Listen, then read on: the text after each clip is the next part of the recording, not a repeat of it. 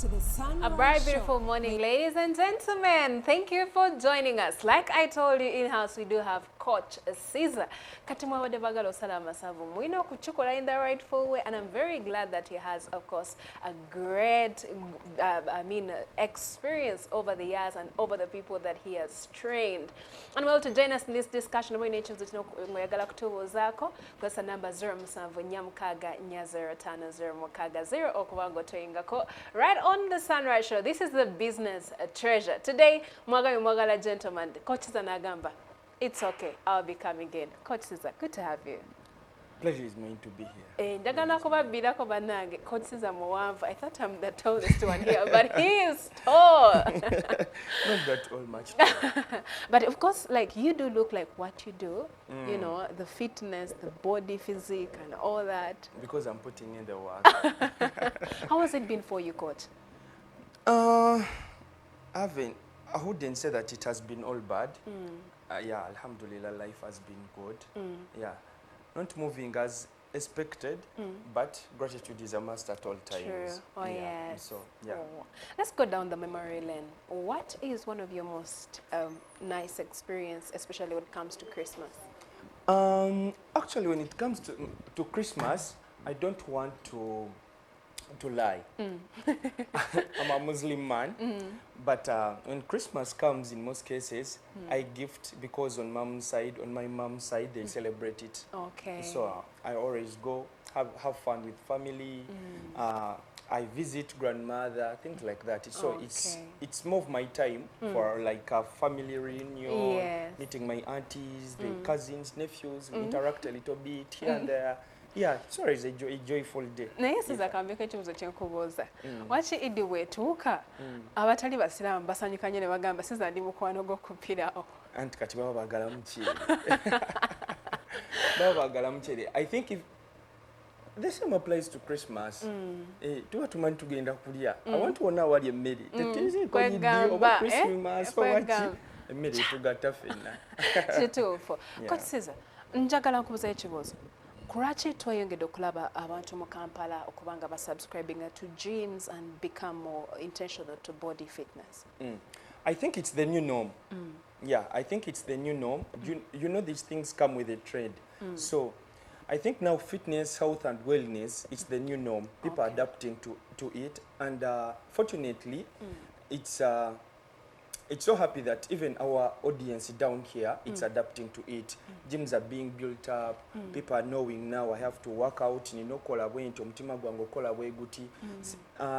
not all about kusala mubiri kati omuntu akitegedde nti mu lunaku lwange at least I can sacrifice 40 to 1 hour nengenda mu gym, or people having the equipments at home, omulaba nti at least they skip, obalaba nti azukuka kumakya na stretchingamu. All that is fitness. Wow. So fena tetulina kubeera bulk, tetulina kubeera muscle, tetulina kubeera nga tuli toned. As long as you're fit, healthy, that's the goal. Coach Caesar, soko tuwulire ku lugendo okubanga oyingira this fitness and body workout. Actually, olugendo lwange lwennyini lutandikira ku air. Nayagala nnyo okuba ku TV. My whole life, nayagala nnyo okuba ku TV. I was inspired by lots of guys. Yeah. I've always wanted my voice to be heard. My opinion to be heard, and actually not heard, but even considered at one point. The week, it was really more louder than them. Yes. So I've always wanted my opinion to be considered. So nagena nenkola media, just to cut the whole story short. Nagena nenkola media, then when amalo kola media, interns I did them on some certain station. Unfortunately, it closed up due to COVID. Yeah. They laid off most Very of many us, people. so TV never. But yes, nali njizeeyo byenjizeeyo nabiki, but all in all, I knew for someone to be on air, they have to look nice. Yeah. So I was working out nga ninamu obuma bwange waka nga nkola 45 kg nga simanyi kituufu kyenkola naye nga nkolakolamu. So in this guys, COVID bwe yajja nempikingira ddala interest because we were idle, bantu balina byakola. So nempikingira ddala interest. Abantu ne batandika okuba nga bandaba ewaka nga baga tujje.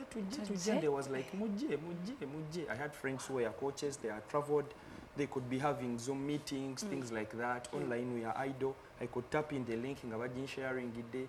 That's when I got some little knowledge nga bwe practicals zange nga bwe nzikola kuba n'abajja kati nga bagamba beginner biki tomukozesa nze binali nkola byenali mbawa kati nga bajja banange kati nga bampitako actually banange koji nze omugongo gunnuma koji nze amavivi nga nange simanyi lwaki bibaluma.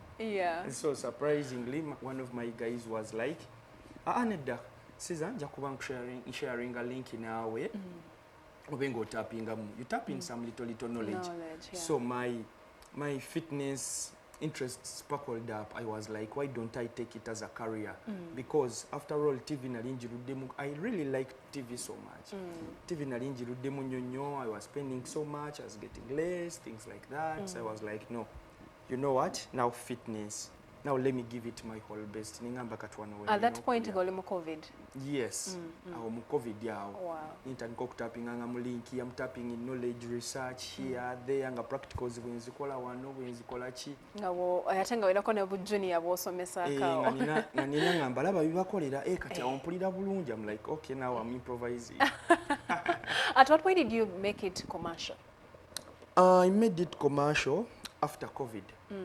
COVID bwe yaggwa waliwo gym eri Muyenga bagita Crash Gym. Nagendayo. I wanted to start up a YouTube channel ganjita Work with Caesar. Actually Work with Caesar kati lyerinnya lyendi mukozesa kati as a brand. So nagendayo ne mbatuukirira. I talked to them ne mbagamba I'm having interest in opening up a YouTube channel. Jagala co-hosting a celebrities, public figures, which even taking it through their workout routine, how they keep fit, which bambi ne bampa at no cost. Bwe bamala okumpa nitandika okola obuntu bwange obwo mpola ku YouTube. Nakyazaako abantu ab'enjawulo nti nkufuna. Equipment oyita ina amala naye ng'okozako koyina. Yes. Nga ninawo mukwano gwange awo alinawo ka studio, alinawo ka camera ke ka Nikon akatonotono. Bamugamba jamu tugende tugatte wano. Nga tufuna ka boda nga tugenda ku gym. Naye unfortunately YouTube wasn't successful. Oh my God. Abantu benakolanga nabo program nga bandisappointinga nga short stays budde ngambi nedda si gwe nakolanga nabo okushootinga abantu bano ba celebrities, the artists, the public they figures. Would let you down. Yes, they could disappoint me. Sibye no mwana, oh, you have to eat. I'm not working. You have to eat. Kwegamba, ngamba cause entya. I ran it for a short time. Then I hosted Pfizer, Drekali, like few people, like seven figures. Ngamba na inedda. Katate content yagina na ambulako. Nimpulira ate ngampendemu amaanyi. Mwana yangamba. Peace the content banangi ngate content atutambuza no content atutambuze naku bbiri ningamba YouTube kansoke njirikemu. I will get back when I'm better. Neka nkubuza ekibuzo golowooza okusetting up a gym, how much can it cost somebody? There is a commercial gym, then waliwo ne gym yewaka, because people think a gym has to be well equipped. Yeah, the machines, the what abantu abasinga bwe balowooza naye ate mwattu surprisingly ne wano tusobola oteekawo gym nga just otaddewo budambeals bo bubiri. That's a pair goes like for 100k. Noteekawo ka skipping rope, that's 20k. Then ojja noteekawo ka mat, that's 20k. And that's 140. Then ojja noteekawo kangambe nojja noteekawo ka abrola akolubuto, then like 30. Then that's 170. Yes, yes, 170 ne bubeera awo. Surprisingly obwo omuntu busobola okukolera. Kati awo omuntu oba charging hotel like a day or a month? It depends. When nali nga Mukama tannanteekako nnyo mukono wali okyali mu bibyo bannange nankola personal trainings ezo ng'omuntu wankubira siza kino nga nziruka oba ali kyanja naalya natukako ekiseera nga ngende naalya nenzira emuyenga nga nina ekkololo nga nina n'ekireka. Oh my God. Ng'abo abantu bonna banjawulo. I was doing PT. Oh my God. So nga mbakyajinga olumu according to distance biki biwe bityo. But time netuuka Cash Gym yampa omulimu. I worked there for a few months, like 7 months. Nagenda olaba nga flow sigisobola. Ningamba nedda. Yes. I need to go independent. Early morning, one day, one time, ningamba, you people, you know what? I think I've been here for some good time. Let me quit here. ndabe next step eddako. That was a bold step. Omanyi okuyigira ekintu nga tomanyi how you're gonna do it out. Yes, actually bagenda okumpoga omulimu nga I'm totally down. I really needed the job. So saafaayo ku conditions oba kino oba kiri just nakwata bukwasi ningamba kantandiiko kola. Yeah, I saw you came with a friend, a friend or somebody. How has it been gwekola naye ng'omukyala, especially ba customer baga nti njagala kocha omukyala oba njagala kocha omusajja? Actually ndowooza y'omu ku bakyala abatono ba coaches between who are doing good. And I do always move with her, boot camps, fitness events, at least she taps in the audience, she taps in the people, things like that. She's called Coach Velma Kolanayeko Hams. It namusangayo. It has been a good experience with her. But yes, abachala nabategeera nnyo, actually nategeera nnyo abachala in my field when it comes to weight loss, postpartum, C-section. Who are the most stubborn between the women and the men? Who are the most stubborn? Abatusinga okutawaanya. Abasinga okutawaanya. Financially, men. Head to head up, like the physical interaction, women. Kochi wano wanuma kochi kama sigenda kasobola kochi omanyi nnyo sakatate kochi omanyi abo bakazi. Wow. But they pay. They are good in paying. Omukyala bw'aba ayagala omubiri kati photographer ne fitness coach balina kubanga balina control ku mukazi. Wow. Asobola omugamba yimirira awo musana shot ennungi eviirayo awo tunula mu musana mukazi n'atunulayo. Coach asobola okugamba omukyala yambala asobola omugamba tandika okulya bwoti ne bwoti okola okufuna akabino okufuna calves okufuna okusala olubuto omukyala n'abigondera. So these are the two people benneesiga bingamba basobola controlling omukyala because when it gets to their bodies, women are very sensitive. Ate omukyala bw'aba ayagadde okukola ekintu on her body, she's going to put in a lot. Wow. Well, twayinza kola ono ye coach Caesar munange twakatandika kuseeya olugendo era wina ekibuzo kyonna kyewagala okumubuuza njagala kukozesa namba 0746405060 tujja kuba tusoma obubaka obwo era nga naawe tukuddamu butereevu ddala nnyo. Let's dive back into our conversation. Coach, olugendo lunene okuva watandika mu COVID paka 2025 biki byosobodde okubanga weekolerako as achievements? Nakulabye ne Honorable Nyamutoro ne ngamba Actually, I'm so thankful. I'm so thankful. Little did I know. Nti oba maybe ne one day, one time, Promise TV erinkobirako. Little did I know. That's I'm so much thankful about it. Ebintu byensobodde okujjamu sijja kugamba nti bingi nnyo ebitono their quality. Have got social capital. I've got social capital. Bintu bingi institutions ez'enjawulo bingondedde bino mbu simanya passport bino mbu ID bino kikwanguyira kati ebyo bityo binyanguyidde. When I need to reach somewhere, yes, kati nsobola ogamba nsobola okuba essimu emu nentuuka wawe TV kyeyanibadde tasobola kuwa. Yes, TV maybe TV yandikimpadde naye ate yandikimpadde mu long term nnyo nga nkoze nnyo because ate TV guno omulimu gwamwe guli a bit competitive. Very true. Yes. So TV yandibadde ekinkolera naye ate yandibadde ekinkolera mu long term. Nga tekijja mangu. Yes. Naye ate I think wano ntaddemu nnyo amaanyi naye ate at least ndabye wegalaga. So I've got social capital, have got friends. Number 3, financially, yes, alhamdulillah. Not there, but at least omanya nti kati nange sogenda ku javazi nenfuna breakfast. Nga toli ku bunkenke nga wali last time. Actually, kuli ndowooza saalina ku bunkenke okozesezza kitono. Because, you know, emabegako awo just mangu nnyo. I was raised by a single mom. Wow. Kati single mom ono naye ebintu yali tebitambula bulungi. So just picture gye njagala okugirayo nti it was always me abadde nze kuwaguza. Yes, abadde nze kuwaguza. Oyo ngamba nti nkole kino bwe kikola alhamdulillah. Bwe kitakola ngamba kati kino kindidde I step back nga nzirayo reviewing nga ate I bounce back. Wow. That has been my life. Are you the first born more like? Yeah. Wow, I can see why you have to be a fighter. Yes. So ate nga ninako bawala bambe kati nze nzeka mulenzi ze first born kati bo tebagala kumanya nti oba simanya kino oba kiri so financially alhamdulillah I can give mom back I can give back to my people nange mwenyini okwebeezaawo yes. What challenges have you encountered in the long run? The challenges, of course, like any other institution, of course, like any other job, of course, like any other being a company, or like any other job or occupation, of course, mobile challenges. Challenge number one, it has been very hard for me to interact with clients at some point because for now we are raised from different families.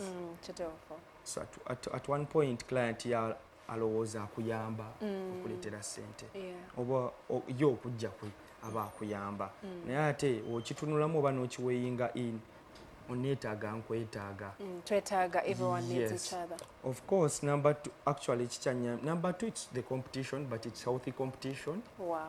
Yeah, it's a challenge, but in this guys keeping all focused ogamba nti kati wano yes, at least promise keerabe nze kati wano so eyo nayo nejja nebeerawo nti competition but healthy competition. Then I think challenge endala omuntu gy'ayinza okwagala okuwulira eyo ne leero gye ngenda okwogerako it's women. Wow. Yeah. Tuba tukyali awo omuntu viewer mwasindisa obaka n'agamba wow my best coach ekitegeeza abakulaba ina banje n'agamba happy to see you on the Sunrise Show. I would to ask on how I can lose weight when I'm home. Anyway ojja kyogerako nga tumaliriza. Okay. So challenge endala bakyala musumbuwa ate bannange omukyala we are emotional ate omukyala i downfall y'omusajja. Oh my God. Kati bakooki bannange kasitota stede nnyo omukyala akutwala awo soko lindako awo kubanga abami they've complained nebagamba bakyala baffe is not kyabategeeza more frequenting the gym. Kati challenge ejjirawa challenge ejja nti of course bibaamu ebyo byonna bibaamu awantu wonna naye kati ffe ba fitness coach client omukyala asobola okujja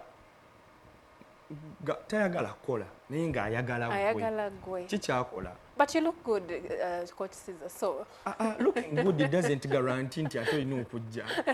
I'm looking good to inspire you. I'm looking good to inspire you. Ate ajidde bilala. Kati ate gwe I'm not inspiring you to work. Maybe I'm inspiring you in some other thing. Yeah. Whereby ate ekyo nsange ebbali not as a coach.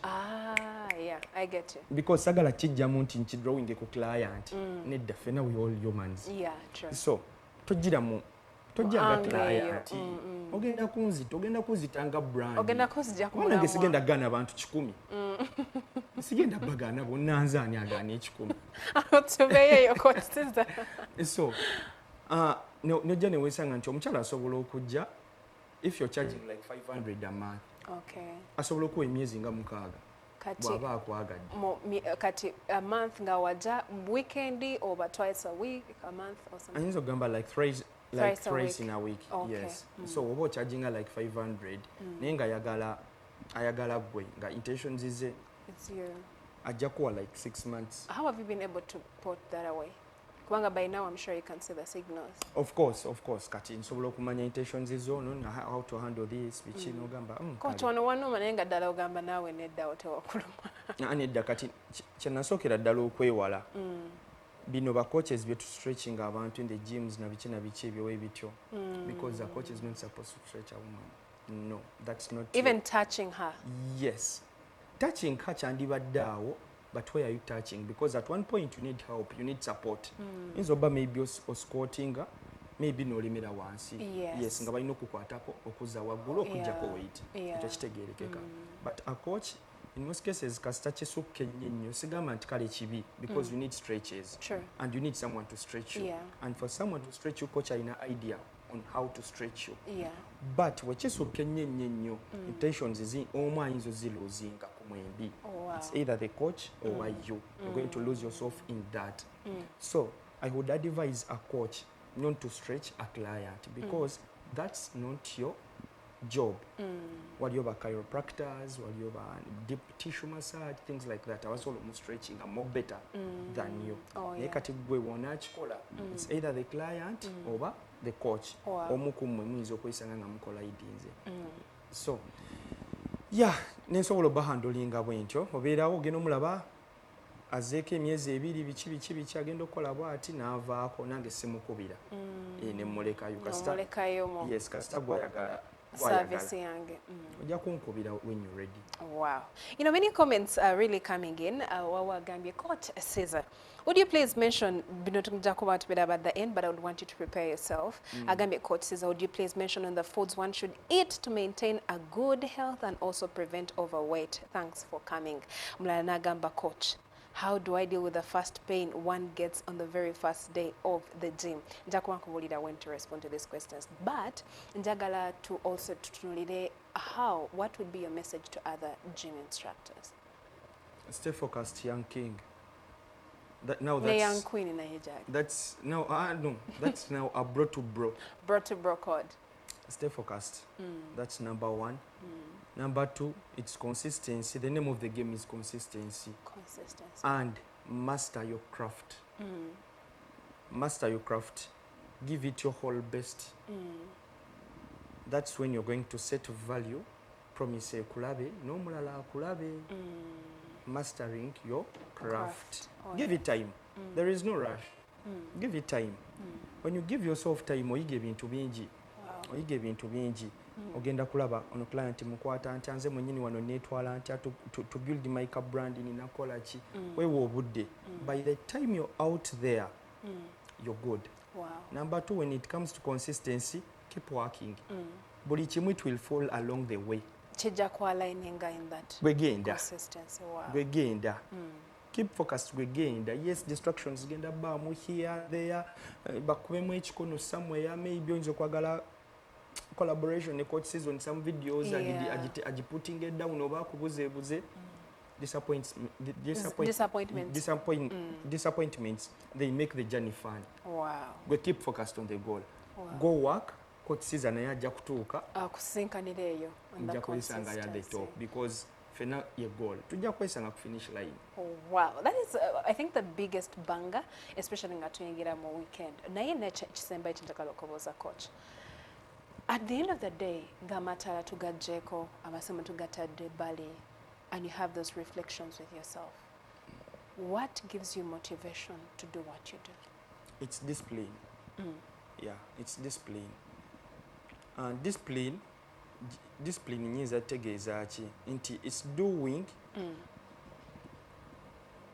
what you don't want to do, but you have to do it. Gokujja wano si nti oyagala nnyo, but you're supposed to do. Kati it's discipline nti discipline so nagiteekako in the same statement with motivation. Yes. Nedda. It's discipline nti with or without the motivation you are still in check. So it's discipline. Gym egenda kuyigiriza ebintu bingi. Egenda kuyigiriza nti consistency, you have to show up at the gym to keep the results. Tola bagamba omusajja yali kanyama ennyo akanyama kamuweddeko waawumuddemu. You have to keep. It has to be a lifestyle. That's number 1. Number 2, gym egenda kuyigiriza patience, obugumiikiriza. Bino ebintu byonna byendi mu outlininga ojja kwegendereza nti even in our daily life, to be applying consistency ojja wano buli lunaku to get the back secured. Patience, bugumiikiriza. You may not be where you want to be, but you'll be like, I'm here, I'm not contented, but at least I'm moving. That's consistency. Yes, and patience. Then number 3, it's determination. I'm determined to do this. However bigger stations may be working, bichi obani akola talk shows na bichi. I'm determined kuyange wano. We have discipline, patience, determination. Yes. Okwagala kuongezaako kwebyo. Ebyo nze buli lwenzi kukanfuna masoso wanensi y'amaanyi siwumula kimala otraining aba clients si wano okola content okola ki. But we're dragging out of your bed. No gamba kangende. nkole lwaki you're just disciplined you don't want but it's the way to go. I really love that coach Cesar. Leka tudde ku bibuuzo abantu batubuuzizza oli agambye wow my best coaches here happy to see you on the Sunrise show n'agamba abantu kituufu n'agamba I would like to ask on how I can lose weight when I'm at home. And then kanbuze n'ekyokubiri n'agamba coach Cesar would you please mention on the foods one should eat to maintain a good health and also prevent other overweight issues. Abuuziza ebibuuzo abuuzi kimu ekya how can I lose weight at home oli n'agamba mmere ki gye mba ndya okwewala okufuna omugejjo. Okay, ndowooza leka tutandike n'oyo ayagala okuloosinga weight at home. Kati okuloosinga weight n'okuloosinga fat bintu bibiri bya njawulo.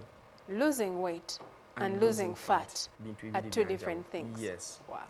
Naye kati omuntu omu bw'ajja mu gym ajja kugamba kochi njagala kusala masavu. Kochi njagala kusala mubiri. Yeah. Abizizza mu Luganda n'ebintu bibiri bya njawulo mango nnyo. Okuloosinga weight teweetaaga na gym. Okay. Okuloosinga weight. Losing weight in terms of stress yokka esobola okuleetera okuloosinga weight. Netaba omuntu ng'aggwawo. Kati that means losing weight osobola okikolera ewaka.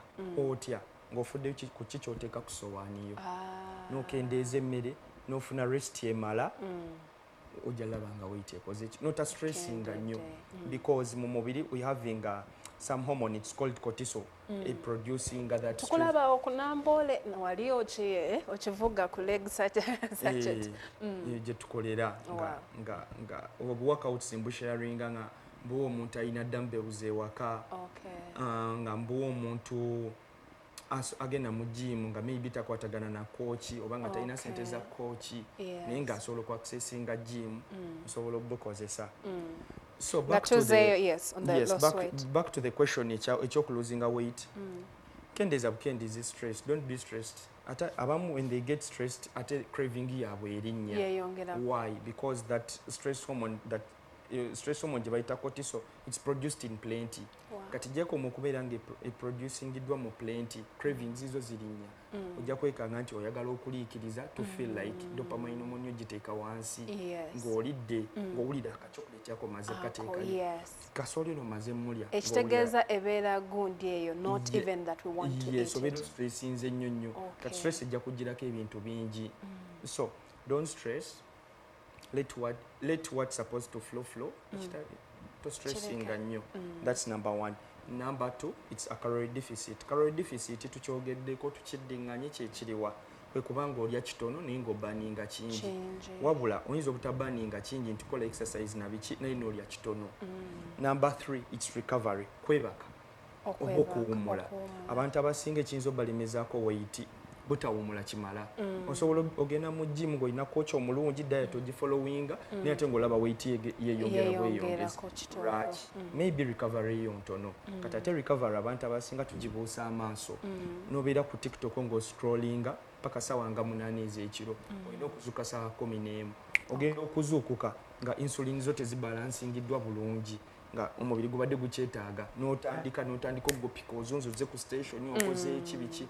So ekyo kya weight loss nekibeeraawo. So fat loss ge masawo. Okuloosinga fat you have to lift weights. The body utilizes this fat as energy okusitula ebyuma. Kyobola batujja kugamba morning workouts oba evening workouts they are all good. Naye morning workouts they are always better. The more effective. Yes, lwaki nti metabolism yo eba flat ogenda ozuuka nga buli kimu kiri flat. Tujja kugamba nyo glass y'amazzi na bikyogende maybe workout lwaki kati wano since that tonnalya omubiri gugenda kukozesa fat yes nga energy okukola ebintu byogenda okukola. So that's fat loss. Fat loss you have to lift weights. Kati awo omukyalo omu ayinza okumbuza ko kisijja kukola kanyama wensitula ebyuma. Ekyo kiwanvu nnyo naye tasobola kukola kanyama. Lwaki nti mbakyala mulimu kye tuyita estrogens, mbasajja tulina kye tuyita testosterone. Ekiwa omusajja mu maso it's testosterone. The testosterone production. Era n'abo abakazi bolaba bazimbye obunyama na biki bamala bakuba testosterone z'abasajja. Ne balyoka ne bafuna akanyama. Tebasobola kafuna nga tebakuye testosterone. Yes. Kyobola n'omusajja alina man bobs bagamba estrogens ze nnyingi ku testosterone. estrogen y'omukazi emubaamu nnyingi okusinga testosterone. Wow. Ezo man boobs, ezo love handles, estrogen ze ziba waggulu okusinga testosterone. Naye ng'ekigaba mu maso, it's testosterone. So omukazi gwe enna totya kusitula byuma. If you want to lose weight, ebyuma bigenda kuyambako nnyo because you're using a lot of energy and the body is utilizing a lot of fat to lift these weights. That means you're burning. I'm really excited the fact that Oli is so informed, even in the biological part. Kubanga abakocha abamu, they are not this informed okumanya nti the gymming is beyond just the box or the workout, but the resting and the feeding also plays a bigger role. Naye twagala tumalirize nona agamba nti, how do I deal with the first pain one gets on the very first day of gymming? Of course, kati eyo first pain gye tuyita muscle soreness oba gye tuyita muscle fatigue, yoyo nakanyama. Nakanyama oyo ajja lwaki? The body is trying to adjust to something new. So you're not used to do that. Lwaki? Tigwe nawe wenkukwata ndigamba ove ku Promise TV wano otambule paka mu kibuga omubiri gugenda kukuluma. Lwaki? Because you're not used to okutambula. Yeah, that long. Okuva wano paka mu town. So kyogenda okukola ojja kwesanga nga you are burnt out. Yes, ogenda kwesanga nti omubiri gukoze nnyo, omubiri teguli used kola kintu kino. So when you work out, you haven't been used to working out. So this is the very first time the body is trying to do this thing. Most definitely ogenda kufuna nakanyama. Lwaki? Okozesezza maybe emikono, okozesezza amagulu, okozesezza omugongo, ekifuba. These are muscle groups bulijjo byobadde tokozesa. So most definitely ojja wulira nawe ne wostrid domola by'amazzi bibiri. Maybe okuva ewo okubyambusa waggulu. Yes. Ojja wulira nga bikuluma. Lwaki? Not used. Kati tujja kusembayo ne kaneno oli agamba nyongerako ntya sammaso. But oyo wa muscle soreness oba nakanyama na biki oba olina okuddayo. To continue consistency wayogeddeko. After like 5 days omubiri gwa adjusting mangu. Oba gwa adjusting kinga n'okusiiba first day beere okusiiba ng'ogenda kusiiba it's hard the first day but the third day obeera nga yo omubiri gwa mangu okwa adjusting. Wow. So gumala ne gwa adjusting. Coach tumanyirize nona agamba nyongera natya some muscle. Abuza, how does one add some muscle, Coach Cesar? Eat. Byemmere. Eat. To do muscle, eat. Wow. But as you're eating, lift weights. Wow. These weights zigenda kukola muscle tears mu mubiri. Kati gy'okoma okulya omubiri mu kwerepairinga. Muscle negenda kuutilizing emmere yokola ki? Okubanga muscle egejjeja. Yes. Kyola bajja gamba bakanyama bali akataasa ka lumonde, bakanyama banywa obuugi, balya nnyo. Lwaki? They lift heavy, muscles ezo ne baziyuza. Kati muscles zino we ziba zirepairinga, zikozesa emmere eno okurepairinga. Ngenda okukola ng'eno emmere efirinze muscle nekola ki? Negejja. Though tolina kulya nti buli kimu n'olya kasooli omwoke n'olya ki, sigamba nti mubi. That's fiber, you need it. Yes. But we always advise olye more of protein. Nga ki? Byennyanja, chicken, beef, eggs, milk, Greek yogurt, smoothies, things like that. Nga biri high in protein. Because protein ine yambako nnyo when it comes to okuzimba muscle. It's been a very wonderful time with you. But how would you want to sign off, abantu okujjukira? Signing out. Signing out, people should keep fit. People should keep fit, make it a lifestyle. Togirabanga punishment. Yes. Tomala gejja. Ogende mu gym neddo solo tandikira ewaka, tambula, teri kisinga kutambula. Okutambula kukuyambako okubaninga calories nyingi, kukuyambako to put your body under that fitness levels. So tambula, tolinda gym, tambula, fayo ku kikyolya. Fast foods ennaku zino nyingi. Tulemere ku organic foods. Lya kalumonde ko, lya kaceere ko, lya ensujju, lya greens, organic food. Yeah. So, for longevity, keeping fit and eating healthy. The more you eat the fast foods and you get relaxed and get comfortable, your longevity jekomokola ki okukirira. Though fena end goal tujja genda your but for your fenna tewali amanyi. So for your longevity, organic fit, food. keep healthy. Wow. I like the fact that you are really so informed and you've really mastered your craft and you know what you really do. Era ne audience yaffe kyemmanyi ebibuuzo bibadde bikyeyongera okujja, but our time is really fast spent. Okujjako mangu nnyo. Tulinayo fitness event ku Hams Fitness wansi this Saturday. We shall be open. Yes, encha. Tugenda kuba tugulawo gates ezo ku ssaawa 10 zennyini. Fitness event egenda kubeera bootcamp, tugenda kukolako activities bungi nnyo okuli power circuits, aerobics, zumba, biki ebyo byonna tugenda bikola. Wow. So this Saturday you can come through, ticket ya mutwalo gokka. Interesting. Coach, I want to appreciate you for teaching the audience in terms of coaching and how they are able to work out. We want to say this has been very exclusively beautiful. Thank you for being a great audience. But from us to you, want to say a happy weekend. See you tomorrow at Hams.